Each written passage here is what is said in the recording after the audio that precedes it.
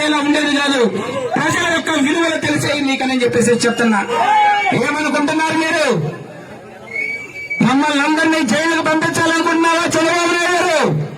చెప్తున్నా మీకు, మమ్మల్ని బలహీన వర్గాల్ని జైలుకు పంపించాలని మీరు అనుకుంటే, మేము కూడా జైళ్లు నింపాలని మేము అనుకుంటే గ్రామాలు ఖాళీ చేసుకోవాల్సి వస్తుంది, గ్రామాలు ఖాళీ చేయాల్సి వస్తుందని చెప్పేసి చెప్తా ఉన్నాను నేను. ఎంతమందిని జైల్లో వేస్తారు?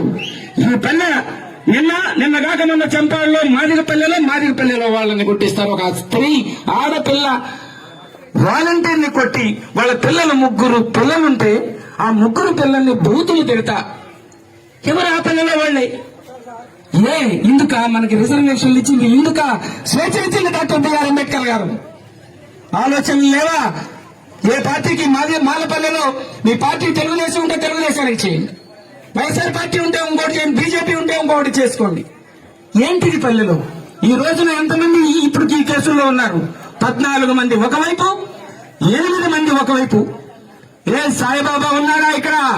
ఎన్ని కేసులు పెట్టిస్తున్నారు సాయిబాబా? ఒక్కసారి సాయిబాబా గుర్తుపెట్టుకో. ఇప్పుడు ఇది అయిపోయిన తర్వాత నీ ఇంటికి వస్తా, నీతో మాట్లాడతా. మీరందరూ రావడానికి సిద్ధమా? చెప్పండి.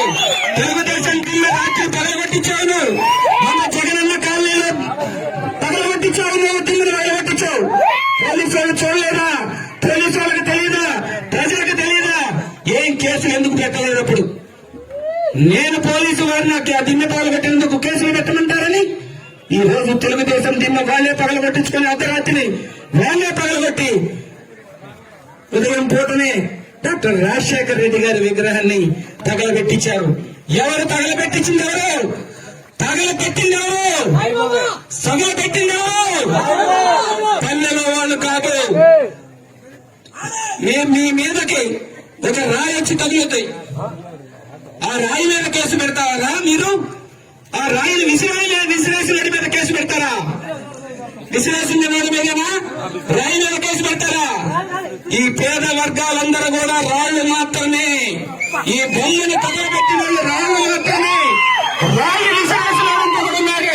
వారి సంగతి తేలుతామని చెప్పేసి చెప్తున్నా. మీకు తెలియదు.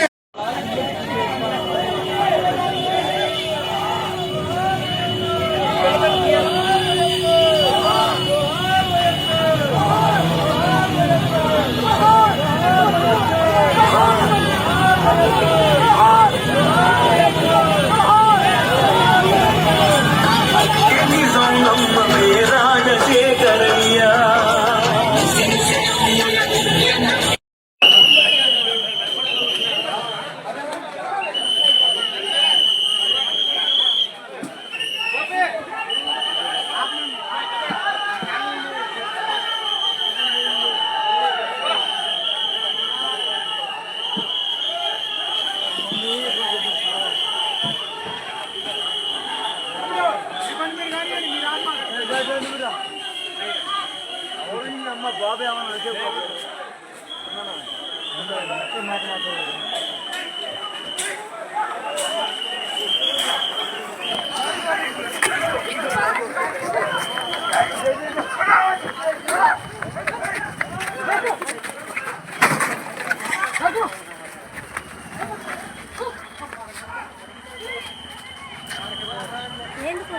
బాబా బండి కదరా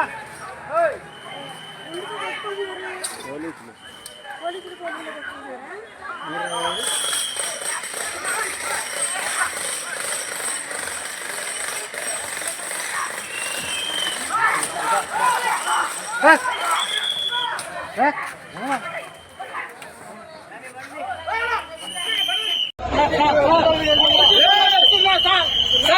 సార్